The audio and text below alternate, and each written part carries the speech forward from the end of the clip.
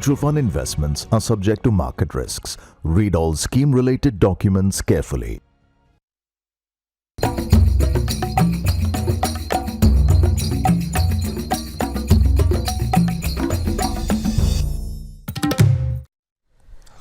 नमस्कार, अमर उजाला बोनस में आपका स्वागत है। मैं हूं शुभम शंकधर और आप देख रहे हैं अपना मनपसंद prime time show bonus point. और ये बोनस पॉइंट बेहद खास इसलिए है क्योंकि ये बजट से पहले का आखिरी बोनस पॉइंट है। इसके बाद हम बोनस पॉइंट जब करेंगे तब तक बजट आ चुका होगा। बजट की बहुत सारी बारीक चीज़ों को आप जान चुके होंगे, समझ चुके होंगे हमारे साथ बोनस पर। बजट के पूरे दिन आपको बोनस पर रहना है और आज के इस बोनस पॉइंट में हम आपको कुछ ऐसा रेडी रकनर देकर जाएंगे, हम कुछ ऐसी चीज़ें आपको बताकर जाएंगे जिससे आप कल बजट को बेहतर तरीके से समझ सकें, जान सकें, सुन सकें और अपने काम में ले सकें। आज कौन सी बड़ी खबरें हैं जिन पर चर्चा होनी है, सबसे पहले हम आपको वो बता देते हैं। तो पहली खबर जो आज होगी वो है बैंक बिल्डर नेक्सस। सीबीआई की चार्जशीट आई, पहले से बिके 672 फ्लैट फिर से बेच दिए। कैसे हुआ ये, क्या हुआ ये, इसको जानेंगे समझेंगे हम इस पहली खबर में। फिर प्रेस नोट 3 में ढील। क्या है ये प्रेस नोट 3, इसको समझेंगे। और चीन से एफडीआई को आकर्षित करने के लिए ढील बढ़ाने पर चर्चा भी तेज है। क्या ये पूरा मामला है, ये जानेंगे। इसके बाद हम भारत और वर्ल्ड बैंक डील की बात करेंगे। भारत में अगले 5 साल के लिए सालाना 8 से 10 अरब डॉलर की फंडिंग होगी। कहां खर्च होगा ये पैसा, ये समझने की बात है, इसको हम समझेंगे। इसके बाद टैरिफ के बाद भी 2025 में यूरोजोन की ग्रोथ 3 साल के ऊपरी स्तर पर रही। टैरिफ काम क्यों नहीं आए, टैरिफ के बाद भी ये क्यों हुआ, कैसे हुआ, इसको हम जानेंगे, समझेंगे। फिर गोल्ड सिल्वर के भूचाल की बात इन दिनों सुर्खियों में है। कहां से आया ये भूचाल, क्या कुछ हुआ, रातों रात कैसे कहानियां बदल गई, कैसे अनुमान बदल गए, ये सब कुछ हम जानेंगे। और जानना इसलिए जरूरी है क्योंकि रिकॉर्ड ऊंचाई से चांदी 35% टूट चुकी है, सोना 16%। जी हां, 35% की गिरावट चांदी में आ चुकी है। $120 का हाई छूने के बाद कॉमेक्स पर चांदी ने कल $74 का लो छुआ। तो 35% की ये बड़ी गिरावट आई है। अब आगे क्या दिख रहा है ये जानेंगे, समझेंगे। और इसके बाद बजट और मैन्युफैक्चरिंग। हमने आपसे कहा था कि मैन्युफैक्चरिंग वाला जो हिस्सा है बजट का, ये हम बजट से ठीक पहले छुएंगे क्योंकि इसके रास्ते हम बात करेंगे पीएलआई की, रोजगार की, तमाम इंसेंटिव्स की और क्या कुछ हो सकता है इस बजट में मैन्युफैक्चरिंग सेक्टर के लिए, ये जानेंगे आज हम अपनी इस कवरेज में, बजट और मैन्युफैक्चरिंग। इन तमाम खबरों पर विश्लेषण के लिए मेरे साथ द बोनस के एडिटर अंशुमान तिवारी जी जुड़ गए हैं। सर, बहुत स्वागत है आपका। धन्यवाद, आप सबका स्वागत है। और अंशुमान जी से चर्चा शुरू करते हैं। पहली खबर सुनिए आप।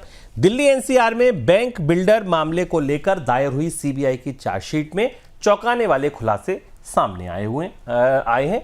चार्जशीट के मुताबिक बिल्डर्स के प्रोजेक्ट्स में 672 फ्लैट्स ऐसे थे जो पहले ही बिक चुके थे, लेकिन नए ग्राहकों को झूठे प्रॉमिस देकर उन्हें फिर से बेच दिया गया।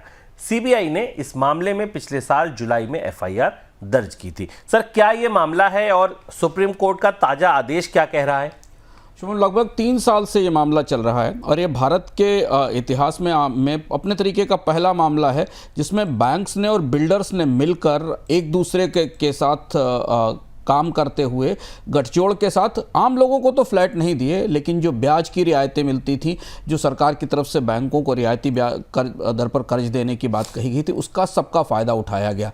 और 22 ऐसे केसेस सुप्रीम कोर्ट ने आइडेंटिफाई किए थे। अगर आप इस मामले को पहले से देख रहे हो तो आपको पता होगा, इसमें सीबीआई को चार्जशीट फाइल करने के लिए कहा गया था। सीबीआई की चार्जशीट का पहला हिस्सा आ गया, जो ये बता रहा है कि अकेले कॉर्पोरेशन बैंक ने, एक अकेले बैंक ने 2700 करोड़ रुपए ऐसी सरकार की जो इंटरेस्ट सबवेंशन स्कीम थी, रियायती स्कीमें थी, उनके तहत इन बिल्डर्स को दिए। इसमें सुपरटेक को सबसे ज़्यादा बड़ा दोषी पाया गया है। सबसे बड़ा वायलेटर या सबसे बड़ा दोषी इस पूरे मामले का सुपरटेक है। 5000 करोड़ रुपए के लोन अलग अलग प्रोजेक्ट्स के लिए थे। ये काम ऐसे करता था कि सरकार बैंकों को रियायती दर पर कर्ज देने के लिए कहती थी, बिल्डर उन फ्लैट्स की फर्जी बिक्री दिखा देते थे और उसके बदले रियायती दर पर बिल्डर कर्ज ले लेते थे। यह मामला काफ़ी बड़ा हो गया। बीच में यह भी चर्चा थी कि आरबीआई को भी इस जांच में शामिल किया जाएगा, हालांकि सुप्रीम कोर्ट ने नहीं शामिल किया है।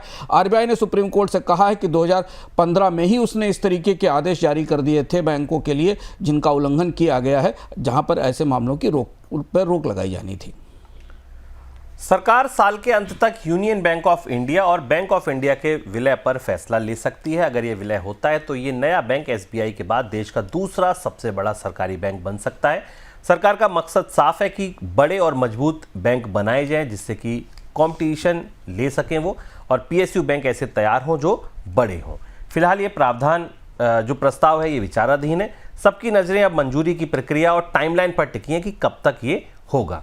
सर, ये माना जाए कि बड़े मर्जर जो हमें करने थे, बैंकों के मर्जर करके बड़े बैंक बनाने थे, उस दिशा में ये पहला कदम है। हाँ, और हम बजट की तरफ बढ़ रहे हैं तो इसलिए इस संदर्भ में बजट को ध्यान से सुनिएगा। हालांकि सरकार ने आधिकारिक रूप से नहीं कहा, लेकिन अलग अलग स्तर पर सरकार में फाइलें, प्रस्ताव चल रहे हैं कि भारत में बैंकों के विलय की एक प्रक्रिया दोबारा शुरू की जाए। और जो 4 बड़े बैंक बनाने की बात है, जो स्ट्रक्चरली इंपॉर्टेंट बैंक हों, जो कि बार बार आने वाले तूफानों का सामना कर सकें, उस प्रक्रिया में बजट इस पहले विलय की, मर्जर की घोषणा कर सकता है, जिसमें यूनियन बैंक ऑफ इंडिया और बैंक ऑफ इंडिया के मर्जर की बात है। करीब करीब 36 लाख करोड़ रुपए के आसपास का बिजनेस साइज है इन दोनों बैंकों का। तो ये एसबीआई को चुनौती देने वाला या बाकी जो 3 बैंक हैं उनसे बड़ा बैंक बनकर सामने आएगा। बजट में इस बारे में घोषणा की जा सकती है। लंबे समय बाद बैंकों के विलय का प्रस्ताव सरकार के एजेंडे पर आया। इससे पहले bank of Baroda, Dena, Vijaya Bank, Union Bank, Andhra Bank, Corporation Bank, ये विलय हमने देखे थे, लेकिन ये काफ़ी लंबा समय बीत चुका है। बैंकिंग सुधारों पर इस बार बजट में नज़र रहेगी। एक ये महत्वपूर्ण हिस्सा है। इसी के साथ हम बताते चलें कि सरकारी बैंकों में विदेशी निवेश की सीमा बढ़ाने का प्रस्ताव सरकार के एजेंडे पर है, और अगर बाजार को चौंकाना चाहेंगी वित्त मंत्री तो कुछ खास बैंकों के लिए वो कैपिटलाइजेशन का पैकेज भी घोषित करने की घोषणा कर सकती हैं, जिसकी उम्मीद बाजार में की जा रही है। विश्व बैंक ने भारत को लेकर नया फ्रेमवर्क घोषित किया है, जिसके तहत भारत को अगले 5 साल के लिए सालाना 8 से 10 अरब डॉलर की सहायता दी जाएगी। इस सहायता का इस्तेमाल भारत के प्राइवेट सेक्टर में रोजगार तैयार करने के लिए होगा। शुक्रवार को वित्त मंत्री निर्मला सीतारमण के साथ world bank president Ajay Bagga की मुलाकात के बाद इस फ्रेमवर्क की घोषणा हुई है। सर, तो वर्ल्ड बैंक भारत को अगले 5 साल में क्या मदद देने जा रहा है और कहां खर्च होगी ये मदद? विश्व बैंक से भारत को लगातार वर्ल्ड बैंक से मदद मिलती है, या आप ये कहें कि वर्ल्ड बैंक का क्लाइंट है भारत। करीब करीब $20 बिलियन की IBRD वाली मदद है। IBRD बैंक वर्ल्ड बैंक की वो विंडो है जिस विंडो के जरिए वो बाजार दर पर ब्याज पर कर्ज देता है, जो उद्योगों में और बाकी आर्थिक सुधारों में लगता है। दूसरी जो IFC वाली है वो $16 बिलियन के आसपास की, और मीगा की जो मदद है या कर्ज है वो करीब $618 मिलियन के आसपास है। एक और खिड़की है IDA, जिसमें सस्ता लोन दिया जाता है गरीबी उन्मूलन जैसी योजनाओं के लिए, वो अब लगभग सीमित हो चला है। भारत को अभी तक 8 से 10 बिलियन डॉलर की फंडिंग मिल रही थी। ये पहले से चल रही फंडिंग से 2 से 3 बिलियन डॉलर ज़्यादा होगी।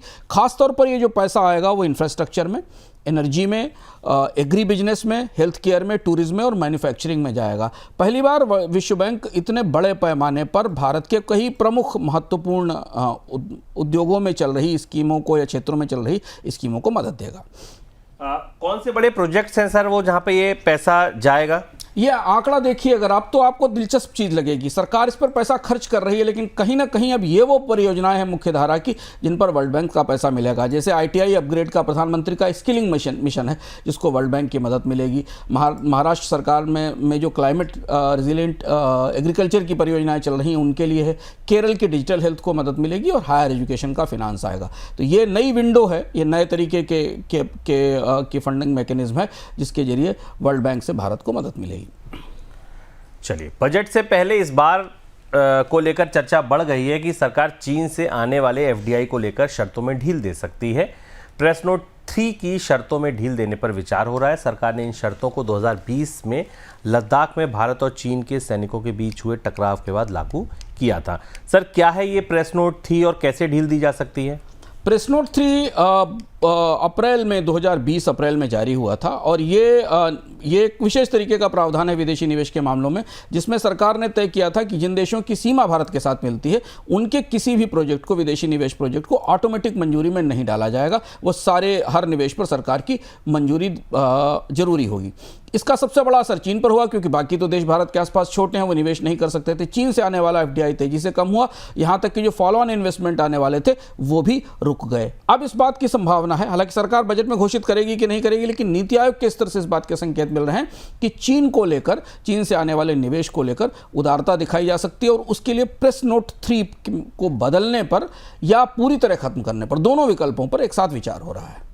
तो सर अब ये ढील क्या दी जाएंगी, जो किस तरीके नीति आयोग की कमेटी में जो चर्चा हुई है उसमें प्रेस नोट 3 को खत्म करने की संभावना तो नहीं दिखाई देती, क्योंकि कमेटी मान रही कि इसको बनाए रखा जाए, लेकिन उदारीकरण किया जाए और जो गैर संवेदनशील नॉन स्ट्रेटेजिक सेक्टर हैं वहां चीन की पूंजी को आसान एंट्री दी जाए। आपको पता होगा पिछले 1 साल के 1.5 साल से भारत में FDI बिल्कुल धरातल पर है, विदेशी निवेश पूरी तरह गिरा हुआ है। और चूंकि अमेरिका ने बहुत तरीके की पाबंदियां लगा रखी हैं, टैरिफ है, तो अमेरिका से, पश्चिम से आने वाला विदेशी निवेश भारत में नहीं आ पा रहा है। चीन ही एक ऐसा डेस्टिनेशन हो सकता है जहां से भारत को विदेशी पूंजी मिल सकती है। तो manufacturing, consumer electronics, EV components, renewable energy, textile और टॉयज यानी खिलौनों में इन क्षेत्रों में चीन को प्रेस नोट 3 से थोड़ी रियायत दी जा सकती है। शर्त शायद ये आएगी कि भारतीय प्रमोटर्स कंट्रोल में होंगे, चीनी निवेशक, चीनी कंपनियां माइनॉरिटी हिस्सेदारी में होंगी, भारतीय लोगों की नियंत्रक हिस्सेदारी होगी। जबकि telecom network, defence, digital infrastructure, power grid, semiconductor, इन क्षेत्रों में चीन को आने की इजाज़त नहीं दी जाएगी। ये भी एक महत्वपूर्ण घोषणा है। बजट की दृष्टि से भी, बजट में सरकार से शामिल करेगी तो नहीं पता है, लेकिन चर्चा यह है कि भारत में विदेशी निवेश को बढ़ावा देने के लिए अंततः चीन के लिए जो लंबे समय से हिचक थी, खासतौर से गलवान के दौर से 2020 से ये चल रहा था, उसमें 5-6 साल बाद एक बड़ा बदलाव, बड़ा शिफ्ट होता दिखाई दे रहा है। अमेरिकी टैरिफ के बाद भी 2025 के दौरान यूरोजोन में ग्रोथ 3 साल के ऊपरी स्तर पर रही है। 2025 में यूरोजोन की ग्रोथ रेट 1.5% दर्ज की गई, जो बाजार के अनुमान से ज़्यादा है। 2022 के बाद सबसे ज़्यादा तेज ग्रोथ है। इस दौरान यूरोजोन में बेरोजगारी भी कम हुई है। सर, कैसी ग्रोथ दिखी और किन देशों ने सहारा दिया जब ये टैरिफ लगे? तो डोनाल्ड ट्रंप के टैरिफ को ये दूसरा रिपोर्ट कार्ड मिला है, ये दूसरा जवाब आया। पहला जवाब हमने आपको बताया था चीन से आया था। चीन ने रिकॉर्ड $1 ट्रिलियन का सरप्लस 2025 में दर्ज किया था निर्यात में, जबकि चीन पर भारी टैरिफ लगे थे, लंबा विवाद चला था, उसके बाद भी चीन ने अपने निर्यात को टूटने नहीं दिया। ये माना जा रहा था कि जो यूरोप पर टैरिफ लगाए गए हैं, जिन पर खींचतान चली, बाद में वो टैरिफ कम हुए और एक सहमति सी बनी, उस के असर से यूरोजोन की अर्थव्यवस्थाएं बुरी तरह टूटेंगी। लेकिन वहां से तस्वीर बिल्कुल बदली हुई दिखाई दी। अनुमान थे करीब 1.4 से 1.3% के, अनुमान से बेहतर प्रदर्शन हुआ। यूरोजोन की सारी अर्थव्यवस्थाओं ने मिलकर 1.5% की ग्रोथ दर्ज की और लगातार दूसरे साल यहां ग्रोथ बढ़ती हुई दर्ज की गई दिखाई दी है। स्पेन, जर्मनी, फ्रांस, इटली और नीदरलैंड ये देश थे जिन्होंने टैरिफ को डिफाई करते हुए, टैरिफ के असर के दबाव को नकारते हुए अपने देशों में बेहतर आर्थिक विकास दर हासिल की और जिससे पूरे यूरोजोन की ग्रोथ को मदद मिली है। शुक्रवार को गोल्ड और सिल्वर के बाजार में भूचाल देखने को मिला। गुरुवार को गोल्ड और सिल्वर का भाव जिस रिकॉर्ड ऊंचाई पर था, वहां से शुक्रवार को भारी गिरावट देखने को मिली। रिकॉर्ड ऊंचाई से चांदी का भाव 35% नीचे आ गया। गोल्ड 16% से ज्यादा की गिरावट देखने को मिली। सर, गोल्ड और सिल्वर में लगातार तेजी की बात हो रही थी। बहुत सारे लोग ये कह रहे थे फंडामेंटल चेंज हुए हैं, ये स्ट्रक्चरल बुल रन है, बबल की बात कहीं नहीं है। बहुत सारे लोगों ने कहा था किसी तरीके का कोई बबल नहीं है। बट ये जो ताजा हलचल थी सर, इसकी शुरुआत कैसे हुई? क्योंकि 35% टूट जाना तो हम हेल्दी करेक्शन नहीं मान सकते।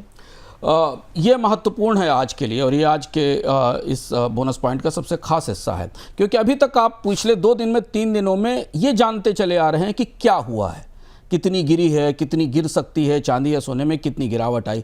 लेकिन ये क्यों हुआ है, इसके पीछे क्या कहानी थी और क्यों 3-4 दिन में, 5 दिन में पूरी दुनिया का बाजार एक तरह से पलट गया, इसे समझना ज़रूरी है। शायद आपको इसके बारे में जानकारी उपलब्ध नहीं होगी और ये जानना इसलिए भी ज़रूरी है क्योंकि अगर आप सोने चांदी के निवेशक हैं तो ध्यान रखिए कि जो चार्ट पर आपको दिख रहा है उसके पीछे 4-5 फ़ोन कॉल अगर हो जाएं तो पूरी दुनिया का बाजार पलट सकता है। और कैसे ये हुआ है, ये उसके पीछे की कहानी है, क्योंकि अब आने वाले दिनों में सिर्फ मांग या आपूर्ति, सौदे और बाजार में लेवरेज पोजीशंस ही नहीं, कुछ बड़ी चीज़ें ऐसी होती हैं जिससे बाजार बदलता है और आप इसे ध्यान से एक बिंदु में हम आपको समझाने की कोशिश करते हैं। शुरुआत हुई अमेरिका में न्यूयॉर्क के एक फेड के एक रेट चेक से। रेट चेक का मतलब होता है कि जब फेडरल रिजर्व जापानी येन के साथ अपनी पैरिटी के लिए, जापानी येन के साथ कीमतों को, डॉलर की कमजोरी या मजबूती को निर्धारित करने के लिए डीलरों को फ़ोन करता है। ये बहुत कम होता है, क्योंकि जापान और अमेरिका G7 देशों के सदस्य हैं और दोनों ही देश मानते हैं कि बाजार में, विदेशी मुद्रा बाजार में दखल नहीं दिया जाना चाहिए, जैसे कि भारत में RBI अक्सर दखल देता है, करेंसी को अपने लेवल पर जाने देना चाहिए। येन लगातार गिर रहा था, कमज़ोर हो रहा था। बाजार ने ये पढ़ा कि ये जो रेट चेक के कॉल्स गए हैं ये इस तरफ जा रहे हैं कि अमेरिका डॉलर को कमज़ोर करना चाहता है, क्योंकि जापानी येन को थोड़ी मदद देने की ज़रूरत है। अब येन की कमज़ोरी और डॉलर की मजबूती क्यों चाहिए अमेरिका को, ये समझना ज़रूरी है। यहीं से आपको पूरे तार समझते मिलेंगे। येन और जापान सरकार के बॉन्ड और अमेरिकी ट्रेजरी, इनको आप एक 3 टांग वाला स्टूल मान लीजिए। इसमें से कोई एक टांग भी अगर हिलती है ना तो पूरा स्टूल लड़खड़ाता है। जैसे जैसे जापानी येन कमज़ोर होता चला गया, जापान में बॉन्ड डील बढ़ने लगी, जापानी बॉन्ड की कीमत गिरी और वहाँ पर बॉन्ड बिकने शुरू हुए। जब बॉन्ड बिकने शुरू हुए तो वहाँ के निवेशकों ने अमेरिकी ट्रेजरी बेचनी शुरू की, क्योंकि जापान अमेरिकी ट्रेजरी में सबसे बड़ा निवेशक है। तो जो जापान में बॉन्ड डील तेज़ी से बढ़ती है तो जो निवेशक हैं वो US ट्रेजरीज बेच के अपना कैश जुटाते हैं और उस पैसे को जापानी बॉन्ड में ले जाते हैं, जहाँ उनको भविष्य में बेहतर कर्ज मिलेगा। और यही वो फेड का रेट चेक आया। इस रेट चेक के तहत अमेरिका ने तय करने की कोशिश की कि थोड़े समय के लिए येन को मजबूत किया जाए। हम आपको चार्ट भी दिखाते हैं कि वो जब येन को मजबूत किया जाए ताकि ये जो जापानी बॉन्ड डील का असर है वो अमेरिका के डेट मार्केट पर ना हो। और आपको पता है कि अमेरिका में बॉन्ड डील बढ़ने से सबसे ज़्यादा बेचैनी होती है, दुनिया में सबसे ज़्यादा कर्ज लेने वाला देश है, बाजार पूरी तरह लड़खड़ा जाता है। तो येन की मजबूती और डॉलर की कमजोरी एक नीतिगत फैसला थी, छोटे समय के लिए थी, और इसका असर बाजार ने यह समझा कि फेडरल रिजर्व और अमेरिका की सरकार लंबे समय के लिए डॉलर की कमजोरी को सपोर्ट कर रही है। डॉलर तो वैसे भी कमजोर हो रहा था और उसी बीच में डोनाल्ड ट्रंप का बयान आया। ये सारी घटनाक्रम पिछले एक वीक का है, उसी वीक का। अब आप अगर इसे डॉलर के इंडेक्स की उतार चढ़ाव की रोशनी में चार्ट में देखें तो आपको ये दिखाई देगा कि किस परिस्थिति में डॉलर और जापानी येन ने इस पूरे हफ्ते के दौरान कैसे मूव किया था। यह पहली घटना थी जहां से सोने चांदी में गिरावट की भूमिका बननी शुरू हुई, और इससे पहले वो जो तेजी आई जिस पर हम आगे बात करेंगे। तो ये जो हलचल थी ये दरअसल वहां से शुरू हुई, अमेरिका से और येन तक होती हुई, और जो आपको बाजारों में दिखी। तो सर इतनी तेजी फिर आ क्यों गई थी सोने चांदी में? दूसरा सवाल ये है, इस रेट चेक के बाद क्या हुआ, अगला चरण समझिए। ये सारी घटनाएं हैं पिछले 5-6 दिन की, 7 दिन की। और अगर आप चार्ट पर सोने चांदी के रेट्स को, डॉलर के रेट को और जापानी येन के रेट को एक साथ चार्ट पर समझकर देखने की कोशिश करें तो आपको दिखाई देगा कि उसी समय का दौर है। डॉलर के मुकाबले येन बहुत तेजी से गिरा, मतलब डॉलर में तेज गिरावट हुई। ये जो पैरिटी थी वो 159 से गिर के 154 पर आ गई। और चर्चा ये हुई बाजार में कि 15 साल बाद अमेरिका और जापान मिलकर बाजार में डॉलर छोड़ेंगे और येन की मदद करेंगे। और यही वो वजह थी जब डॉलर इंडेक्स गिर के 97 से नीचे चला गया। आपने वो सुर्खी देखी होगी जब हम लोगों ने बोनस पॉइंट में चर्चा की थी कि डॉलर 4 महीने के निचले स्तर पर है। और उसी दिन डोनाल्ड ट्रंप ने ये कहा था, उनका बयान आया था कि नहीं, डॉलर तो बहुत शानदार कर रहा है, बहुत अच्छा कर रहा है। ये वो मौका था जो इस रेट चेक से जुड़ा हुआ था। बाजार को लगा कि शायद अब आधिकारिक रूप से डॉलर को येन के मुकाबले कमजोर होने दिया जा रहा है। और इसके बाद जो ट्रेड बने बाजार में वो देखने लायक थे। डॉलर को बेचो, येन को खरीदो, सोना चांदी खरीदो, हर वो चीज खरीदो जो डॉलर के गिरने पर चलती है। और इसी दौरान आपने सोने में वो रिकॉर्ड तेजी देखी। उन्हीं 2 दिन के दौरान चांदी $120 पर पहुंच गई, 300% की उछाल के साथ सोना $5600 के पार हो गया। ये ट्रिगर था 24 घंटे के भीतर, जहां से चांदी और सोना अपने पीक पर पहुंच गए, इस अंदाज से, इस उम्मीद से कि अब लंबे समय के लिए फेडरल रिजर्व और जापान का बैंक मिलकर डॉलर को कमजोर करेंगे। तो अब पलट गया, लेकिन अब पलट कैसे गया सर? अगला सवाल वही था कि अब नहीं करेंगे कमजोर। कहानी ऐसे पलटी कि इसी बीच में फेडरल रिजर्व की मीटिंग आ गई। फेडरल रिजर्व की बैठक में रेट कट को पॉज कर दिया गया और ये कहा गया कि महंगाई अभी बढ़ती दिखाई दे रही है, इसलिए हम थोड़े समय के लिए रेट कट को पॉज करने की कोशिश करते हैं। ब्याज दर जो है वो 3.5 से 3.75 पे रखी गई। कहा गया कि महंगाई अभी पूरी तरह काबू में नहीं है। रोजगार को लेकर जो फेडरल रिजर्व का डायरेक्शन था वो भी सॉफ्ट नहीं था, हार्ड था। इशारा ये भी दिया गया कि अगला रेट कट मिड ईयर से पहले नहीं होगा। पावेल ने यह भी कहा कि अगर महंगाई बढ़ी तो रेट भी बढ़ सकते हैं। महंगाई बढ़ने के संकेत बाजार में इसलिए मिले क्योंकि कच्चे तेल की कीमतें उसी दौरान बढ़ी थी। बहुत कुछ हुआ 5-6 दिन के अंदर शुभम, इस 5-6 दिन के अंदर इतनी चीज़ें मूव की, उन सबका असर हमें डॉलर और हमें सोने और चांदी पर दिखाई दिया। अमेरिका में तूफान आया, उस तूफान के कारण करीब 20 लाख बैरल प्रतिदिन का उत्पादन बंद हुआ। अमेरिका के बाजारों में गैसोलीन की कीमत बढ़ी, पूरी दुनिया के बाजारों में कच्चे तेल की कीमत बढ़ी क्योंकि ईरान में एक्टिविटी शुरू हुई थी और इसी दौरान महंगाई का डर वापस लौट आया।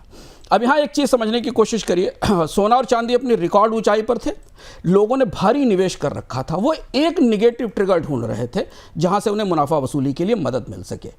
और ये ट्रिगर इस वजह से आया, इसी समय आया, डॉलर की कमजोरी की पहले धारणा, फिर उसके बाद जब महंगाई के संकेत आए और ये लगा कि फेड का रेट कट थोड़े लंबे समय के बाद आएगा, कि रेट कट की उम्मीद जल्दी लगा ली गई है, महंगाई का खतरा भी जिंदा है और नया जो फेड चेयर आएगा वो शायद थोड़ा इंतजार करेगा अपने आप को एडजस्ट होने में, क्योंकि अभी बैंकिंग कमेटी के पास जाकर उनका अप्रूवल होगा। तो फिलहाल पावेल की पॉलिसी मई जून तक चलती रहेगी, मई जून के बाद ही फेडरल रिजर्व की तरफ से रेट कट आएगा और इसलिए ये सब डॉलर के लिए पॉजिटिव था, ये सारी की सारी चीज़ें।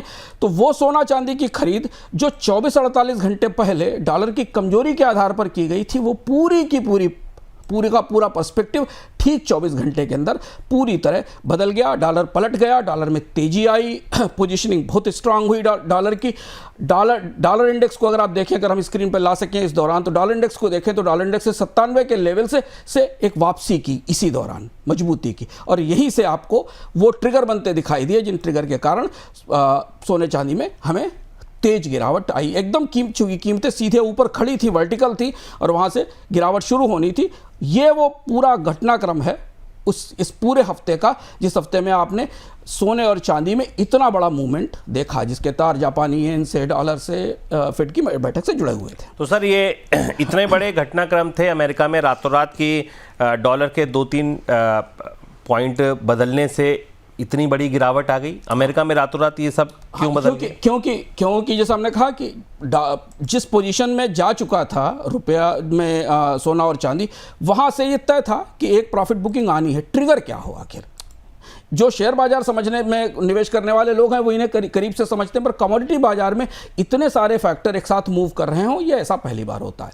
और स्टॉक मार्केट और बॉन्ड मार्केट तो इस तरह से रिएक्ट करते हैं, पर यह रिएक्शन पहली बार था। क्योंकि आपको बराबर, अगर आप बोनस पॉइंट नियमित रूप से देख रहे हो, तो जब भी हम सोना और चांदी पे बात करते हैं तो आपको बराबर ये बताते हैं डॉलर को देखिए, क्योंकि ये दोनों धातुएं डॉलर से जुड़ी हुई हैं, डॉलर की कमजोरी और मजबूती से जुड़ी हुई। ऐसा कभी नहीं हुआ दुनिया के वित्तीय बाजार के इतिहास में कि डॉलर को लेकर पॉलिसी लेवल पर ये दो तरीके की अंडरस्टैंडिंग केवल 48 घंटे में आ गई हो।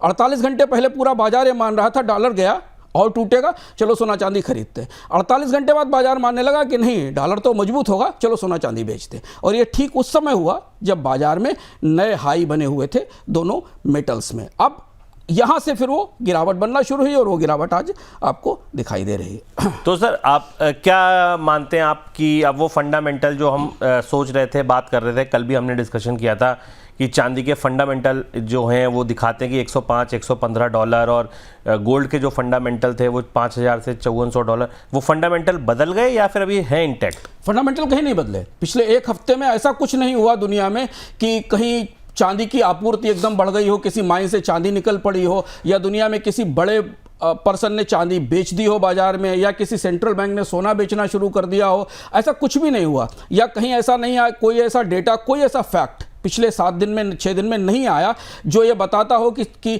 चांदी की सप्लाई बढ़ने वाली है, या डिमांड खत्म होने वाली है, या गोल्ड को बैंक नहीं खरीदने वाले हैं। ये सिर्फ और सिर्फ डॉलर की मजबूती, यील्ड में बढ़ोतरी, पॉलिसी की अनसर्टेनिटी, और चूंकि जरूरत से ज़्यादा भीड़ वाले लॉन्ग ट्रेड खड़े हुए थे, क्योंकि चांदी लेवरेज ट्रेड में चलती है, बड़े ट्रेड खड़े हुए थे। तो ये सारे लोग सिर्फ एक नाव में बैठे थे, वो नाव थी डॉलर की। और वो जो एक फ़ोन कॉल रेट चेक की जापान के फेडरल रिजर्व के साथ डीलर्स की हुई, उसने बाजार में ये बड़ा बदलाव किया। अगर आप पूरे एक हफ्ते के घटनाक्रम देखें तो आपको कोई ऐसा फंडामेंटल रीजन नहीं दिखाई देगा जो ये बता रहा हो कि सोने और चांदी के जो फंडामेंटल स्ट्रक्चर लेवल हैं उनमें कोई बदलाव होगा। तो कोई फंडामेंटल नहीं बदले, और यहाँ ये समझना हमारे लिए सबसे ज़्यादा ज़रूरी हो जाता है, जो लोग निवेश कर रहे हैं, जो लोग समझ रहे हैं, कि आप जो देख रहे हैं जो क्या देख रहे हैं वो उतना महत्वपूर्ण नहीं है, जो क्यों है उसके पीछे वो महत्वपूर्ण है, कि कैसे कितनी सारी एसेट्स क्लास एक साथ मिलकर ऐसे मूव करती हैं कि वो दुनिया के बाजार में सबसे बड़ा भूचाल क्रिएट कर देती हैं सोने चांदी के लिए, और जिसकी शुरुआत कहीं दूर से जापानी येन और डॉलर के रिश्तों के बीच में होती है। तो सर फिर आगे का आउटलुक, अब तो डॉलर और ये क्लियर हो गया, तो अब आगे का आउटलुक क्या है कि वो जो तेजी थी दोबारा वापस आएगी, या आपको लगता है भी यहाँ से गिरावट और गहरा सकती है? फंडामेंटल नहीं बदले हैं। देखिए, अब तो मुनाफा वसूली हुई है, प्रॉफिट बुकिंग हुई है, तो अभी भी पैनिक सेट नहीं है बाजार में पैनिक जैसी स्थिति नहीं। अगर आप बात करें बैंकर से, बाकी लोगों से बात करें, लेकिन जब प्रॉफिट बुकिंग होती है और बिल्कुल पका हुआ बाजार था, एक लेवल के ऊपर तो पहुंचने के बाद पकी $120 पे चांदी होगी तो कहीं ना कहीं पे तो बबल का संकेत होगा ही निकलने का, तो वो पका हुआ बाजार था। अब वो बाजार रीप्राइस डिस्कवरी करेगा, तो वो प्राइस की नई डिस्कवरी धीमे धीमे आने वाले दिनों में शुरू होगी। डॉलर पर निगाह रखिएगा, क्योंकि डॉलर की मजबूती अगर आने वाले दिनों में बढ़ती है, कुछ ऐसे कदम उठाए जाते हैं, या मान लीजिए नए फेडरल रिजर्व के जो नए चेयरमैन आ रहे हैं, वो अभी तो खैर बैंकिंग कमेटी से मंजूर नहीं हुए, वो यही कह दें कि वो हॉकिश हैं, थोड़े से ट्रेडिशनली हॉकिश हैं, तो फिर ये दबाव यहाँ आपको बढ़ता दिखाई देगा, क्योंकि ये दोनों धातुएं अब पूरी तरह से मौद्रिक सिस्टम के केंद्र में हैं। इनके एक तरफ है बॉन्ड यील्ड्स और दूसरी तरफ है डॉलर की कीमत। तो अगर आपको सोना चांदी में भविष्य में ट्रेड करना है या समझना है, तो ये मत देखिए कि वो MCX और कॉमेक्स पर कैसे मूव कर रही हैं, उसके साथ जो एसेट्स मूव कर रही हैं, जो उन्हें इन्फ्लुएंस कर रही हैं, उनको समझना आपके लिए ज़रूरी है। चलिए, और गोल्ड सिल्वर के बारे में 2-3 चीज़ें आप और देख लीजिए जो बड़ी अहम है, क्योंकि ट्रेड आपको फिर MCX पर और इस पर आना है कि कल जो वापसी हुई है, कल जो गिरावट आई है, ये चार्ट आपके सामने अभी सिल्वर का है, ये वापसी ठीक गिरने को, इससे ज़्यादा भी गिर सकती थी सिल्वर, इससे कम भी गिर सकती थी, बट कल का जो लो है वो ठीक 50 दिन के मूविंग एवरेज पर लगा है। 50 डे का मूविंग एवरेज ही वो लेवल था जहाँ पर ये चांदी ने, आप देखिए, एक दिन में वो जो मूविंग एवरेज है उसको टच कर दिया, और ये सपोर्ट है। अब एक चीज़ बड़ी इंपॉर्टेंट है, इंपॉर्टेंट चीज़ क्या है कि देखिए, ये 50 दिन का मूविंग एवरेज इससे पहले चांदी ने कभी नहीं तोड़ा। ये देखिए, ये देखिए, आप कितना भी पीछे देख जाइए, इससे पहले जब ये टूटा था, वो कब टूटा था? कोविड के दौरान। कोविड के दौरान चांदी जरूर इसके, तो उतना बड़ा संकट क्या था, नहीं था, ये आपको निर्णय लेना है, लेकिन हाँ, चार्ट आपको ये दिखा रहे हैं कि हमने वापसी कर ली। अब देखिए, ये है बड़ा अहम लेवल, ये जो आप चांदी पे देख रहे हैं ना, $74 का लेवल। अगर ये, कल हम न्यूज़ रूम में अपनी बात कर रहे थे, तो अब हमने कहा था कि ये ना वीकली क्लोजिंग है, और आपको याद होगा कल बुलियन जब हम बोनस पॉइंट कर रहे थे, तब मैंने आपको ये कहा था कि जो अभी गिरावट आप देख रहे हैं ना, ये चांदी की गिरावट, अगर कहीं ये वीकली क्लोजिंग आ गई तो ये गिरावट बहुत तेज होगी, आप देखना। और देखिए, रात को वही हुआ कि वीकली क्लोजिंग से वो कहाँ थे, हम उस समय ट्रेड कर रहे थे, तो कहाँ से हम कहाँ आ गए हैं। अब कल का दिन क्यों अहम है? कल का दिन अहम इसलिए क्योंकि केवल पूरी दुनिया में कल केवल भारत के बाजार खुलेंगे वो बजट की वजह से। MCX और NCDX दोनों बाजार कल खुले हैं बजट की वजह से, और पूरी दुनिया में सोना ट्रेड नहीं होगा। ये पैनिक पहले से फैला हुआ है।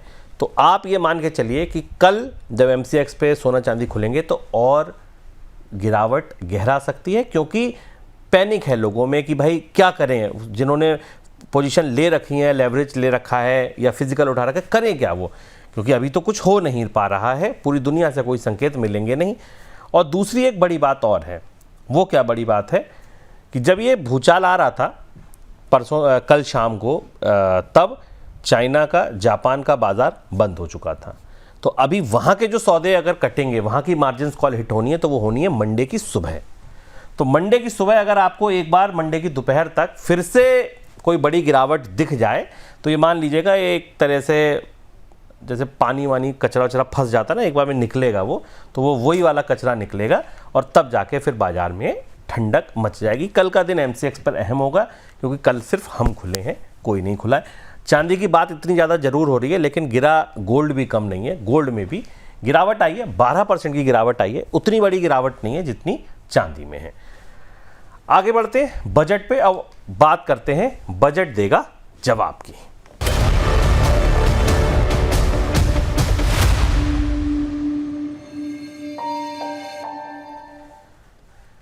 तो आज बजट से काहे का जवाब चाहिए? आज बजट से जवाब चाहिए मैन्युफैक्चरर्स को। देश में मैन्युफैक्चरर्स दम साध कर बजट की घोषणाओं का इंतजार कर रहे हैं, करें भी क्यों ना। मेक इन इंडिया के 10 साल बाद, PLI स्कीमों के कई दौर निकल जाने के बाद और चीन +1 का मौका सामना होने के बाद भी भारत की मैन्युफैक्चरिंग आज भी बड़े सवालों के घेरे में है। जीडीपी में हिस्सेदारी 17% के आसपास अटकी है, नौकरियां उतनी नहीं बन रही जितनी उम्मीद है, और लागत, बिजली, लॉजिस्टिक, कच्चा माल आज भी ग्लोबल मुकाबले में अगर आप देखें तो हम कई जगह पिछड़े हैं। ऐसे में जब दुनिया में सप्लाई चेन फिर से खींची जा रही है, टैरिफ, जियोपॉलिटिकल टेंशन, नया वर्ल्ड ऑर्डर इंडस्ट्री को डरा रहा है। सीधा सवाल यह है कि ये बजट भारतीय मैन्युफैक्चरिंग को सिर्फ सहारा देगा या सच में कोई नई रफ्तार देगा। ये सवाल है मोबाइल फैक्ट्री से लेकर मशीन टूल यूनिट तक, एमएसएमई क्लस्टर से लेकर बड़े कॉरपोरेट प्लांट तक, हर जगह गूंज रहे हैं ये सवाल।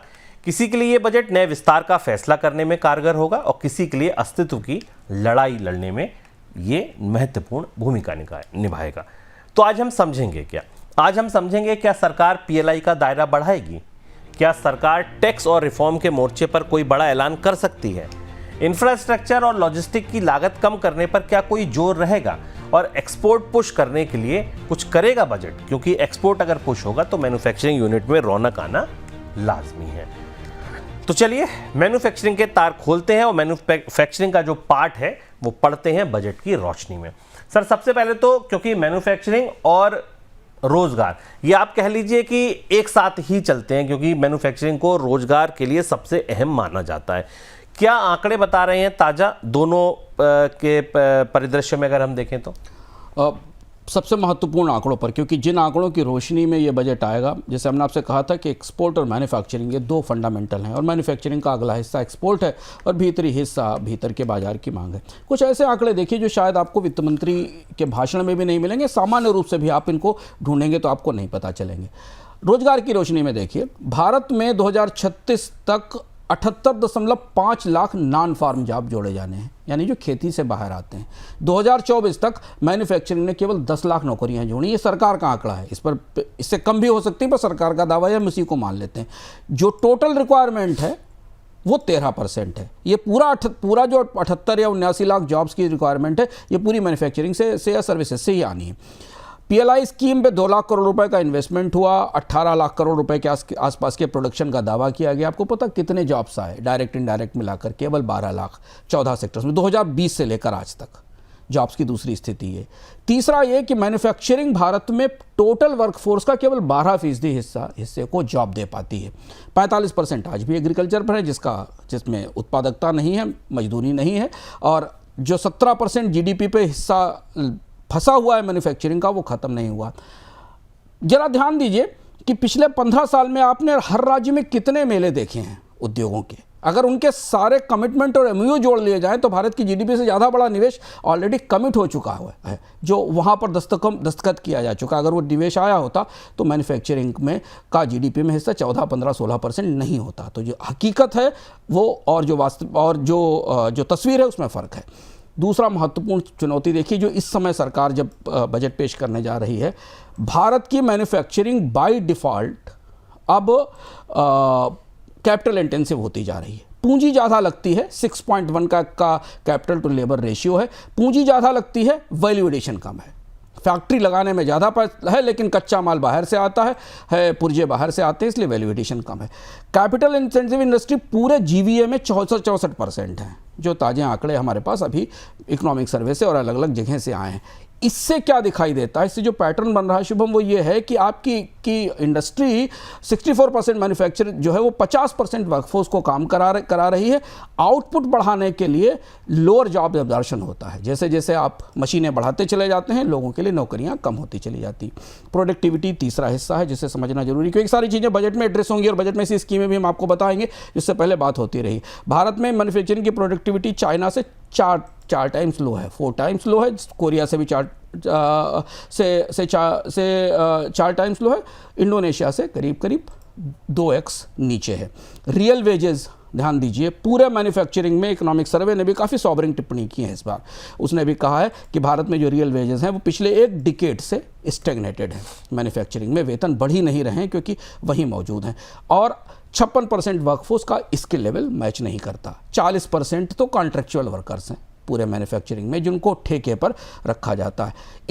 इतनी बड़ी मैन्युफैक्चरिंग की चर्चाएं मेक इन इंडिया, पीएलआई के बाद भी 90% जीवीए जो आ रहा है वो मैन्युफैक्चरिंग का वो इनफॉर्मल सेक्टर से आता है। बड़ा हिस्सा इनफॉर्मल सेक्टर में है।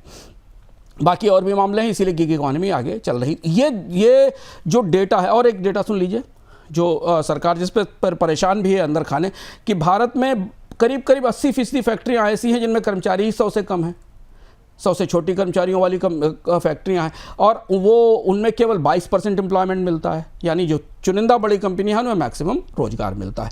ये परिदृश्य है, ये परिप्रेक्ष्य है जिसके संदर्भ में ये बजट आएगा। और चूंकि हम 10 साल से मैन्युफैक्चरिंग पर बहुत सारी चीज़ें देखते चले आ रहे हैं, 2014 से अभी तक सब कुछ कर लिया गया, सारी चीज़ें कर ली गई, तो मैन्युफैक्चरिंग, जॉब्स और इसके जरिए आने वाली प्रगति या ग्रोथ, वो इस बजट का सबसे बड़ा सवाल है।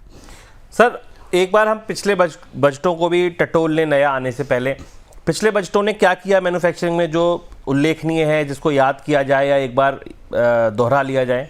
दो चीज़ें हैं शुभम। धीमे धीमे अगर आप मैन्युफैक्चरिंग का स्कैनर लगा दो, आपके पास एक फिल्टर और वो फिल्टर बजट के डॉक्यूमेंट्स में लगा दो, तो आपको दिखाई देगा कि सरकार ने मैन्युफैक्चरिंग पर बात तो बहुत की है, सब कुछ निर्भरता निजी क्षेत्र पे है, प्राइवेट इन्वेस्टमेंट पर जो गिर रहा है। दो ही महत्वपूर्ण लीवर दिखते हैं, दो पॉलिसी लीवर दिखते हैं बजट के भीतर जहां सरकार मैन्युफैक्चरिंग को थोड़ा सपोर्ट कर सकती है। सबसे बड़ा PLI है, जिसमें जो सरकार ने डोनाल्ड ट्रंप के पिछले कार्यकाल में जब भारत की निर्यात प्रोत्साहन स्कीमों को WTO ने खारिज कर दिया था अमेरिका के मुकदमे के बाद, जब उसके बाद शुरू किया था, करीब करीब 2 लाख करोड़ का एक्चुअल इन्वेस्टमेंट अभी तक PLI में आया है। इंक्रीमेंटल प्रोडक्शन 18 लाख करोड़ रुपए का है, एक्सपोर्ट 8 लाख करोड़ रुपए के जो आंकड़े हमारे पास सरकार के पास उपलब्ध हैं, और 12 लाख करोड़ का जॉब इसमें से बने हैं। लेकिन अगर आप परफॉर्मेंस देखें पूरे PLI की, तो इलेक्ट्रॉनिक्स मैक्सिमम है, मोबाइल फ़ोन इसका सबसे बड़ा हिस्सा, और वही PLI की सबसे बड़ी सक्सेस स्टोरी है, जिसमें कि एक बड़ा हिस्सा आयातित पुर्जों का है, जो हम आपको बता चुके हैं। बाकी जितने भी क्षेत्र हैं, चाहे वो टेक्सटाइल हो, चाहे ऑटोमोबाइल हो, फूड प्रोडक्ट्स हो, फार्मास्यूटिकल हो, वाइट गुड्स हो, बल्क ड्रग्स हो, इनका सबका कंट्रीब्यूशन दहाई में भी नहीं है। केवल ऑटोमोबाइल के पुर्जे 14% का हिस्सा रखते हैं, बाकी सब इकाई में। तो ये बताता है कि PLI स्केल रेडी तो है, टेक इंटेंसिव सेक्टर्स में निवेश नहीं आया है, ये सबसे बड़ा लीवर था। तो PLI इस बार की एक बड़ी अपेक्षा भी रहेगी। हम आपको बताएंगे कि PLI कैसे प्रभावित कर सकती है बाजार में स्टॉक इन्वेस्ट को। दूसरी चीज़ जो परोक्ष रूप से है, वो कैपिटल एक्सपेंडिचर होता है सरकार का, कि सरकार 11 लाख करोड़ 12 लाख करोड़ कितना कैपिटल एक्सपेंडिचर करेगी, उसके हिसाब से वो खर्चा परोक्ष रूप से मैन्युफैक्चरिंग में, स्टील में, सीमेंट में बांटा जाता है, जो कि कैपिटल इंडस्ट्री में जाता है।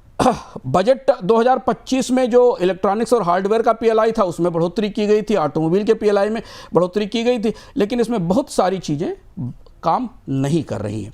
मेक इन इंडिया, खुद सरकार के भीतर भी ये चर्चा है कि जिस तरह से जितने व्यापार मेले लगाए जाते हैं, जितना उद्योगों को बुलाया जाता है, वास्तविक तौर पर वो निवेश नहीं दिखता। सरकार ने टैक्स की रियायतें भी दी हैं प्राइवेट सेक्टर को, लेकिन प्राइवेट कैपेक्स इस बार भी बजट में ये कहा गया है कि प्राइवेट कैपेक्स में बढ़ोतरी नहीं हो रही। तो ये तस्वीर है पिछले बजटों की जो हमें दिख रही है। सर, एक चीज़ फिर और है कि मैन्युफैक्चरिंग के लिए अच्छा बजट क्या माना जाए, कि जब PLI पर घोषणा हो, बड़ा कैपेक्स हो, कैसे हम ये आंक सकते हैं कि ये बजट मैन्युफैक्चरिंग के लिए अच्छा रहा, खराब रहा या ठीक ठीक रहा? हम बजट के 3 सिनेरियो देखते हैं यहाँ, तो हमको इससे समझ में आएगा कि बजट को आप कैसे बेहतर माने।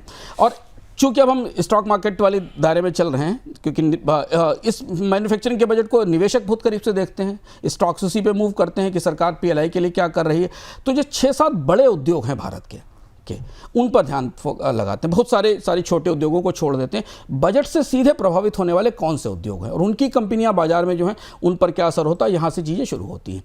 तो सबसे बड़ा उद्योग कौन सा है जो बजट के फैसलों से प्रभावित होता है? वो कैपिटल गुड्स है, इंजीनियरिंग है, जिसमें आपके L&T, ABB, सीमेंस, हिताची, इस तरीके की बड़ी कंपनियाँ आती हैं जो सीधे इन्फ्लुएंस होती है।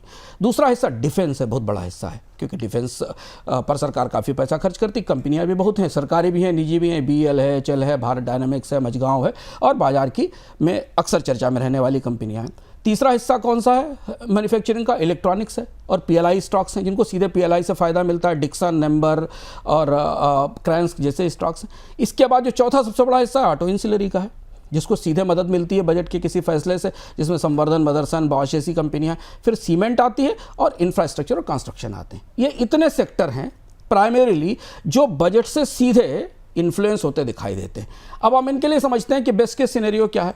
बेस्ट केस सिनेरियो ये है कि अगर सरकार कैपेक्स में कोई बड़ी बढ़ोतरी घोषित करती है तो कैपिटल गुड्स के लिए ये सबसे अच्छा बजट माना जाएगा। अगर 11 से 15 लाख करोड़ रुपए तक का बजट आता है, कैपेक्स आता है, तो ये बड़ा ट्रिगर होगा कैपिटल गुड्स कंपनियों के लिए। डिफेंस में एलोकेशन बढ़ेगा, डिफेंस स्टॉक्स को उसकी मदद तत्काल मिलेगी, क्योंकि डिफेंस में सरकार एक्सपोर्ट के लिए भी आगे जाना चाहती है। तो बेस्ट बजट ये होगा कि 12 से 18% का एलोकेशन बढ़ाया जाए। मॉडरेट बजट होगा कि डिफेंस का कैपेक्स 8 से 10% पर कैप कर दिया जाए। और नेगेटिव केस ये होगा कि 5 से 8% की बढ़ोतरी की जाए। सीधा ये आप देखेंगे और उसके बाद डिफेंस स्टॉक्स के परफॉर्मेंस पे नजर आएंगे।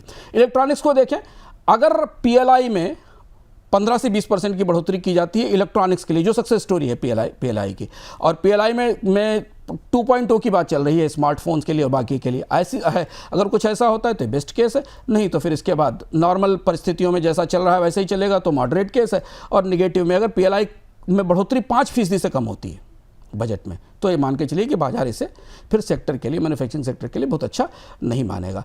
ऑटो इंसिलरी 8 से 12% तक अगर बढ़ोतरी दिखती है हमको पीएलआई में, तो हमें, क्योंकि पीएलआई मेन स्कीम है, जो भी उसमें होगा उसका असर आपको बाजार में स्टॉक्स पर दिखाई देगा। इसके अलावा मैन्युफैक्चरिंग को सीधे पैसा देने के लिए सरकार के पास और कोई विंडो नहीं है, सिर्फ पीएलआई ही है जिससे पैसा डाला जा सकता है।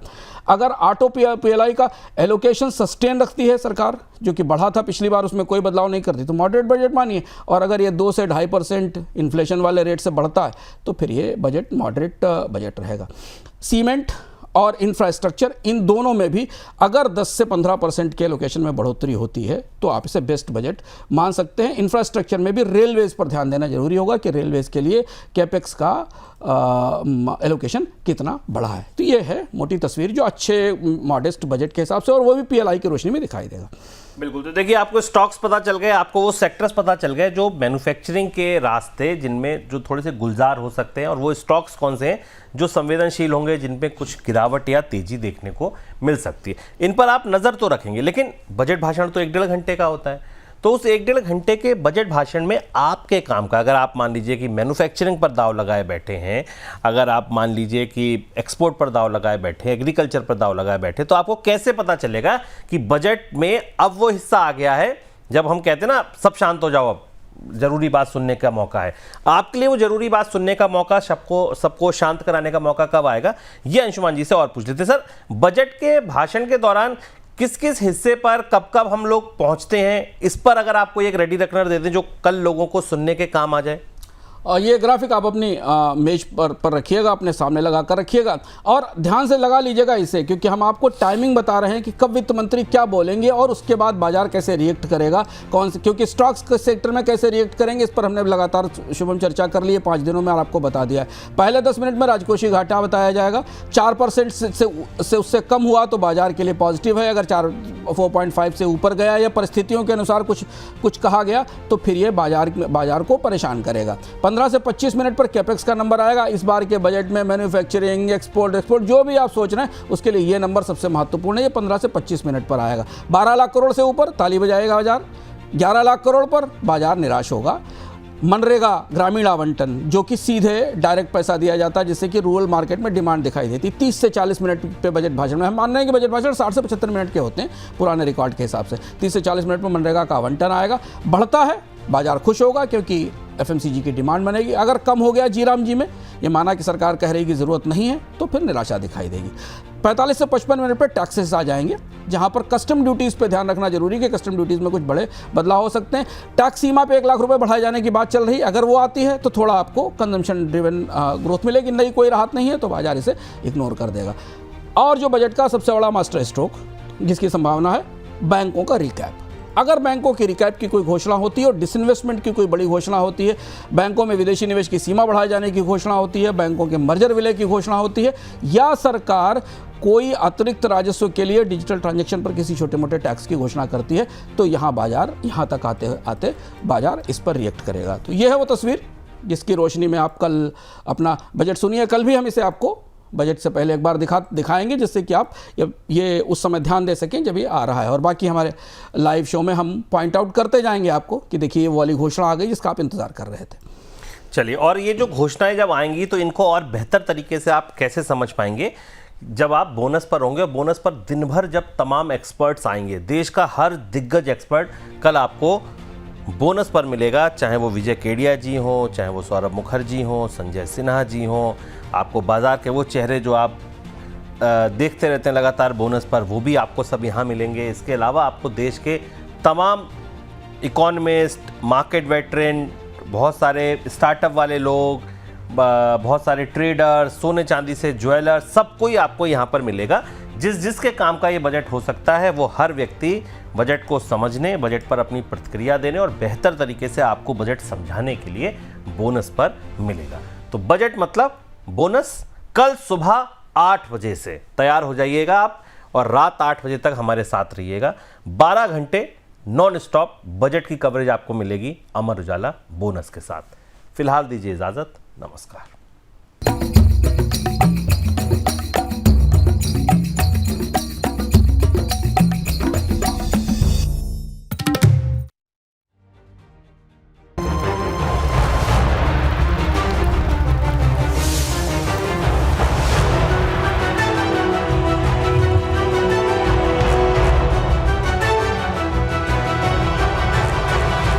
Mutual fund investments are subject to market risks. Read all scheme-related documents carefully.